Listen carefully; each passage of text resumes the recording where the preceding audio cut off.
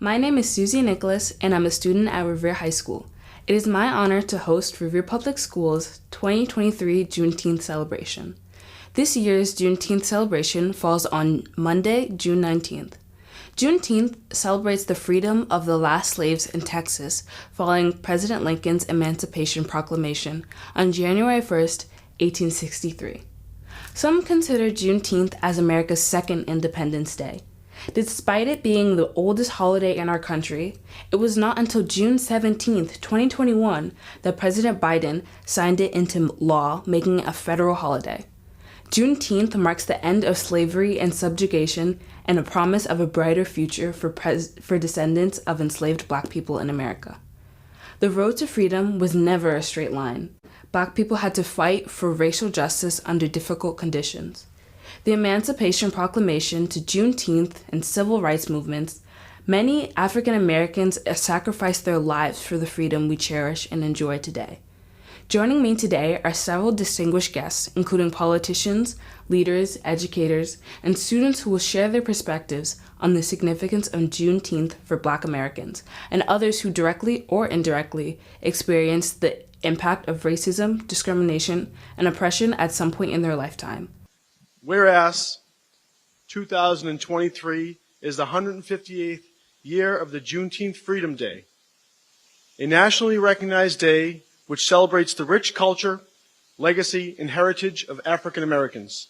And whereas Juneteenth is the oldest known celebration commemorating the abolition of slavery in the United States, dating back to June 19, 1865, when Union soldiers led by General Gordon Granger arrived in Galveston, Texas, with the news that the war had ended, freeing the enslaved, and whereas this was 2.5 years after President Abraham Lincoln delivered the Emancipation Proclamation, which became official on January 1st, 1863. And whereas today, Juneteenth, Freedom Day, hundreds of communities across the Commonwealth, across the nation, and people of all nationalities, cultures, and religions join together to acknowledge the painful history and lasting systemic impact of slavery and racism in the United States. Juneteenth is an annual opportunity to recommit ourselves to the goal of creating more equitable and just society. An effort that today continues celebrates African Americans' freedom and achievement while encouraging continuous self-development and respect for all cultures, as it takes on a more national, symbolic, and even global perspective to ensure the events of 1865 are not forgotten. And whereas on this day, in 2020, the Commonwealth of Massachusetts, signed by Governor Charles Baker, Lieutenant Governor Karen Polito, declared June 19th Independence Day to commemorate the end of slavery in the United States. The City of Revere, under Mayor Brian Arrigo, also followed suit, whereas on June 17, 2021, President Joe Biden signed into legislation establishing June 19th, Juneteenth, National Independence Day, a United States federal holiday, commemorating the end of slavery in the United States. And whereas June 2021, and the City of Revere proclaimed that every June 19th would be celebrated as Juneteenth Independence Day in Revere.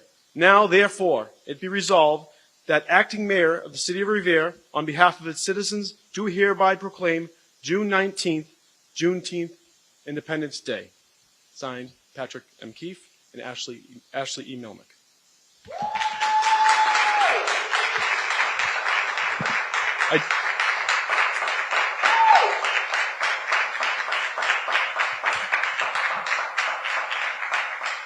I did also want to offer some remarks, because these are words, and a proclamation is a book, and it is words that have important meaning. And sometimes you have to read through them all to really understand and get the true meaning of them. But words are just words. Actions will speak much louder. So it's all about how we carry forth these words. And here's a quick quote from President Barack Obama. Juneteenth has never been a celebration of victory or an acceptance of the way things are. It's a celebration of progress. It's an affirmation that despite the most painful parts of our history, change is possible. And there's still so much more to do. So don't forget that. We still have lots to do. Thank you. Hi everyone, it's State Senator Lydia Edwards here to celebrate Juneteenth with you. A few comments about why this should be important for everybody. Juneteenth is a day in which we mark a day of freedom, which means a day of democracy. And the foundation of our country is freedom for democracy. This city, Revere, is named after one of those revolutionaries who fought for our freedom. And so when we have an opportunity to celebrate the United States becoming a more freer nation, we should take it. Juneteenth came about because after the Civil War, a war about slavery, the people on the side of freedom won. But unfortunately, Texas, the state at the time, the state of Texas, didn't want to let go of their slaves and didn't want freedom to come to all of the citizens in Texas. And it wasn't until they formally let them be free on June 19th of, I believe, 1865, that we finally had freedom for all in this country. And that's why we celebrate on June 19th. And we didn't really even celebrate it formally as a federal holiday until 2021. But we're heading in the right direction. The conversations are still necessary. There's still a lot of freedoms that we need to fight for. And every time we become more free, more equal in this country, we need to be coming together and celebrating that. So, happy Juneteenth, happy Freedom Day, from your state senator, Lydia Edwards. The significance of Juneteenth amongst the Black community is to reflect on the pain and suffering that our ancestors have went through. Along with reflecting, we also try and heal as time goes on. We also try and commemorate historical civil rights activists such as MLK, Malcolm X, Rosa Parks, and many more. And as for everyone else, it's a reminder of what we had to go through in the past, and to gain the respect, from everyone else, and the freedom from everyone else that we all deserve from the beginning. Juneteenth represents the liberation of enslaved African Americans and serves as a reminder of the ongoing struggle for freedom, equality, and civil rights. It symbolizes the resilience and determination of Black communities and celebrates their contributions to this nation's history, culture, and progress. Achieving a more equitable and inclusive society requires collective action. Ways we can help our children and the next generation understand, respect, and strive for a more inclusive society incorporate things like education, role models, mentorship, policy, and advocacy. If we don't talk about history, it repeats itself. We must teach history that encompasses the perspectives and achievements of everyone and ensure that we're telling the whole story. It's so important to try new things and experience all of the diverse cultures and traditions that make Revere beautiful. We must create experiences through literature, art, music, media, and encourage participation in community events and activities that celebrate different cultures.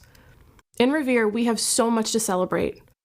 I'm so excited for new programs in Revere, like our partnership with Big Brother, Big Sister of Eastern Mass, which will connect young people with role models from various backgrounds, helping them build empathy, resilience, and a broader perspective. Mentors are important. Civic engagement is important. Community-based initiatives that promote understanding, empathy, solidarity, and supporting organizations and programs that provide resources to everyone is essential. Revere's strength is its people. We are a community made up of generations of families, some who have been here for decades and some who are just beginning to call Revere home. Together, we can create a more welcoming community for the next generation. I hope this Juneteenth is an opportunity for all of us to take a moment to reflect and think about our history in Revere and how we can continue to make our hometown inclusive and welcoming for all. As a student of Revere, Massachusetts, and for teachers, I feel like adding Juneteenth to the curriculum and teaching it more to younger students would help students get a better understanding of what we went through and how we got where we are today. And as a politician, I feel like politicians should work with the Black community and teachers and students and parents to just teach younger students more about where they came from and how they got here today, and just work on pushing towards making Juneteenth a federal holiday. As part of my message for our Juneteenth video, I was asked to reflect on 2 questions. What can we do as a nation to help our children in the next generation aim for a more equitable and inclusive society? And my second question to answer was, as a society, what can we do to ensure the equal treatment for everyone without bias? These are 2 very crucial and introspective questions to answer in the probably 2 minutes I have remaining, but their importance cannot go unnoticed. To briefly touch on my thoughts for the first question, I think the first step we as a people need to take to create a more equitable and inclusive society is simply to take a step back, to remove ourselves from our own experiences, our own narratives and stories, and just aim to treat all people with the kindness and respect we all deserve. We cannot achieve equitable rights if we aren't starting off with the fundamental belief that all people deserve to be treated with kindness and respect.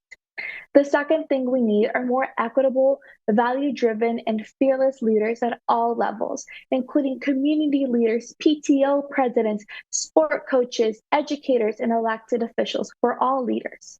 Those in leadership positions, like myself, have been given the power to fight for what is right, and we have a duty to not take our roles and positions of leadership lightly, but to work endlessly to protect people's rights and to create a better society in a time when rights are being stripped away. For the second question, I think it's important to realize that bias is part of human nature. And because we're imperfect humans, bias will never cease to exist. But what we can do is participate in trainings and courageous conversations to be aware of our biases, unpack them, and know when they're creeping up when we're making decisions. All people in leadership positions should participate in ongoing bias trainings to ensure that we're introducing changes that are in the best interest of all people and not in a lens of bias and self-interest. This Juneteenth, I ask that we all commemorate and celebrate the key Black and African American leaders that fought to unite our country by looking inwards to examine our own biases and how we can be conscious of them as we work towards creating positive change, and by treating those around us with kindness and respect that we all deserve. Happy Juneteenth, Revere, from your newest school committee woman, Jacqueline Monterroso. I think that my role as a student, as a Black student, is to show our cultures, our different kinds of cultures and traditions that we have to the world. I feel like Revere High School is very diverse, and we can use this advantage to shape each other's knowledge and intellectualities to present our different kinds of ways to express ourselves, and also adding like Black history to our curriculum. In thinking about June 19th, or Juneteenth as it's known, I imagine what my life would be like in this country in a period of time prior to 1865. I imagine that from the moment of my birth until my death, that I would live a life of servitude. I imagine that I would be deprived adequate clothing and food and medicine, that I would be uneducated. It would be illegal for me to learn to read or write, and that I would suffer beatings should I dare to articulate a thought or an idea. I imagine that it was a life of constant fear and angst and worry, being afraid of suffering physical beatings and rapes, and worry about family members being torn away from you, if they haven't already been, and separated, sold to another plantation. Worry for myself that perhaps I would be sold off to another plantation, and maybe this master would be more cruel. And so I think about what life would have been like back then for me. Being of African American descent, I could only imagine what that would be like. And so I think about my family members, and I think about those enslaved people in Galveston, Texas, back in 1865. And that day when 2,000 troops marched in to deliver the news of freedom, they didn't even know they were free. The Emancipation Proclamation had been signed 2.5 years before. But for whatever reason, whether it was because there were less Union troops in that area, or perhaps because the land was so vast and there were crops that just needed tending, that this news was kept. Either way, on June 19th, the last Confederate state received their freedom. And it's a joyous occasion. And I'm proud that it's now a national holiday. It's not a new holiday. It's been celebrated since that moment in 1865 until today. It's just being recognized on a national level now, which is wonderful. And so when I think about what it means to me, well, clearly it means everything, right? It's provided me with every opportunity that I have now. And so to make sure that my ancestors, that their blood, their sweat, and their tears were not in vain, I'm reminded to live a productive life that would make them proud. And that's what it means to me. The significance of Juneteenth for the country and people of color in general is, it's like a memorial of what's happened to people of color throughout the years, especially Black people. And it's a good day to look back, but also celebrate on where we are now versus where we were then. I think to help anybody and everybody, especially upcoming generations, understand and respect Juneteenth as well as our past, is to make sure that people stay informed beyond just kind of like the sugar-coated ways and things that we were taught when we were younger that doesn't really express the full story. I think it's good to give everybody the full story so that everybody has a chance from the start to understand and to value and to have their own opinions. When I thought about Juneteenth this year, I think it hit a little differently than probably in years past.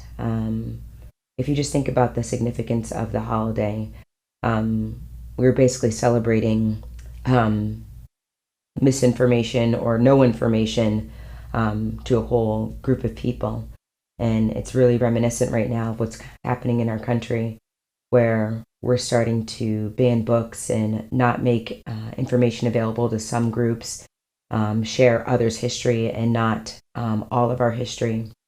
So I think this year when we're thinking about Juneteenth, I think it's probably more important than ever that we make sure that we are educating the children in Revere about the significance of Juneteenth, what it meant to all of these African Americans that were just left out, and what it meant to all these soldiers that fought for people's freedom.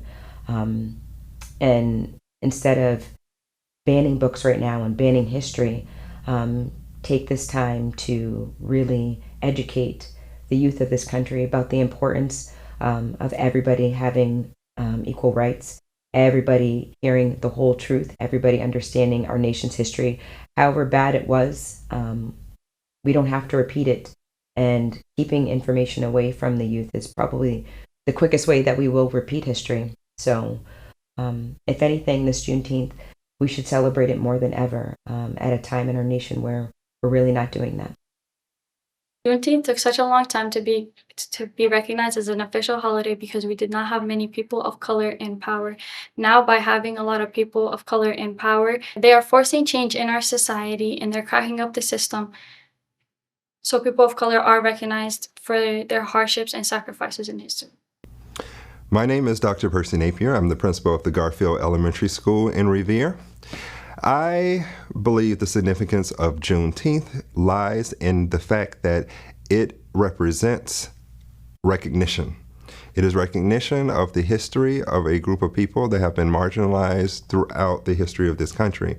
It is a recognition of their struggles. It is a recognition of the tremendous amount of pain and adversity that they have overcome over time. And it is also recognition of the partners and the people and the allies that have been so instrumental in making our country better. One of the things that happens in our country is that we tend to ignore those things that are unpleasant. We try to sweep them under the rug and don't acknowledge them at all. But I think it's really important for us to advance as a society, as a community, as a country, to really start to begin to talk about those things and also make sure that there is a deep and broad awareness of different aspects of our country's history, to make those silent things visible and to make sure that it's no longer hidden. I think once we start to have those conversations, once we begin to acknowledge the different components of our history that aren't so pleasant, but also are really important to understanding how we are in terms of why we are the way we are today, in terms of our economic development, in terms of our cultural development, in terms of the ethos and pathos of our society, I think it allows us to have a deeper understanding that allows us to move forward because once a country or a society that doesn't understand its history are doomed to make the same mistakes. And having these conversations allows us to learn, to grow, and to become better as a society. It helps us create better schools. It helps us create better, more informed individuals who think critically and analytically, who are able to really kind of recognize those pernicious types of actions and statements that tend to manifest in a cyclical way from time to time. And when they do those things, they're better able to stand up and to speak up against them again. So I really, really am one who celebrates Juneteenth, and I hope it becomes more than just a holiday, but also an opportunity for us to kind of reflect and to think about the tremendous history, not just of African Americans, but of many, many different marginalized groups in our country whose voices may not necessarily be as loud, but whose history is just as important and whose perspectives matter just as much. The significance of Juneteenth is just a day to honestly celebrate and look back at history, to just highlight the fact of slavery and what Black people went through and how they were taken from their homeland and were forced to come to new countries, new islands where they had no one, their cultural background wasn't there, it wasn't their space. So it's just a day to really celebrate to the fact that, slaves were finally free and were no longer in bondage. So it's really important not only for Black people to look on and celebrate, but for the whole country in general, because with Juneteenth, it's so significant to the idea of equality and freedom. And I feel like that's something that anyone can resonate with, whether you're white, Black, or whatever the case may be. Hi, I'm Eduarda Berry, a teacher at the AC Whelan School Elementary and here in Revere, Massachusetts. I wanted to first start off that Juneteenth marks our country's second Independence Day. Although it's been celebrated in the African American community, this monumental event remains largely unknown to the most Americans. It's important that we implement Juneteenth into our curriculum. I don't think as a society, and especially the youth, understand the magnitude of slavery in our country. Education alone is the call to action. It's imperative that we take action on educating the public on our own country's history. Juneteenth doesn't just mark the end of slavery. It marks the moment that people realized slavery was over, meaning that people were lied to and still enslaved. As a society, I believe that we can learn a great deal from the German community, along with other countries who took action in educating the public after the Holocaust. There was no hiding of their information, because in order to become a better country in the little to no bias, people need to take action to understand the truth behind our history. The goal of this type of educating is that the truth is to be said, and for the event to never be repeated again. Germany confronted its past regardless of how it made it look. I think as a society, we have never fully confronted the past collectively and haven't really taken full responsibility for one of the most violent actions that have happened in this country. kind of reminds me of the MLK holiday and how long it took for that to become a federal holiday. I know that one of the things that came up in terms of recognizing this as a holiday is that one, people didn't want to give it more paid time off. And so I just thinking about that made me just kind of think about you don't want to give paid time off to this holiday, but we recognized another holiday for a man who discovered land that was already inhabited and treated the indigenous people there violently. So that kind of gave me pause. And so I think also the other reason that it's been hard to celebrate is like people don't want to have two people because Juneteenth is also called Independence Day, not Juneteenth National Independence Day, and they didn't want people to choose between the two. And I really don't understand why you would need to choose between the two. You can celebrate both of them, and they're very different holidays. And Juneteenth is really about, dropping those shackles of slavery. It's about resiliency. It's about strength. It's about hope. And so I think that one of the things that we need to do is make sure that people are voting and really know how their vote counts, because when this came up, Juneteenth came up for a vote in 2020, it lost by 1 vote. And so I think that part of what we need to do as a community and a society is making sure that people really understand the importance of Juneteenth and that they have a part to play in making sure that it continues. Well, we all really have a role. And I think the most important part is that we need to educate ourselves about what Juneteenth is. I know I really didn't know what this is. I had a friend who really knew what Juneteenth was. And so she was always telling me about it, but I think I still didn't really fully grasp it all. And so I think that teaching Juneteenth in school is important, and that we also need to be teaching that to those that are coming under us. And like I said, in terms of the voting, make sure that teenagers, young people, unregistered voters know that they need to vote and how important their vote is. I would say that education is the biggest piece, making sure that we're teaching it, that it becomes sort of a fabric within our community. But as an Indigenous woman, what we think is really important about it is that there were people in my community. There were 5 nations called the civilized nations that they also engaged in slavery during the time. And ironically, they were called civilized nations for that reason. And, I will name them. They were the Seminole, the Choctaw, the Creek, the Cherokee, and the Chickasaw. And there's still a problem today around the freedmen being able to be seen as Indigenous.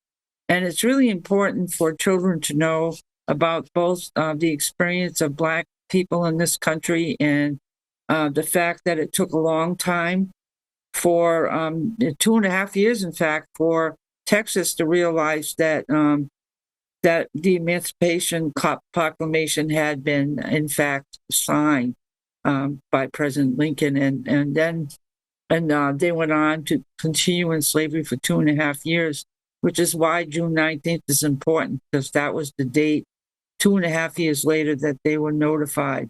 And so people in Texas that were Black were finally freed. And, it's important for my community to also recognize our role in all of this and the importance of us being really bonded together and understanding like how the wealth was taken from both our communities. And so Indigenous people support June 19th as Juneteenth and a federal holiday as an important thing. And it's really important for children to know about this heritage that we have and these important dates in our history, especially since when you tell the truth, it is a way for healing and moving forward and for reconciliation among the cultures.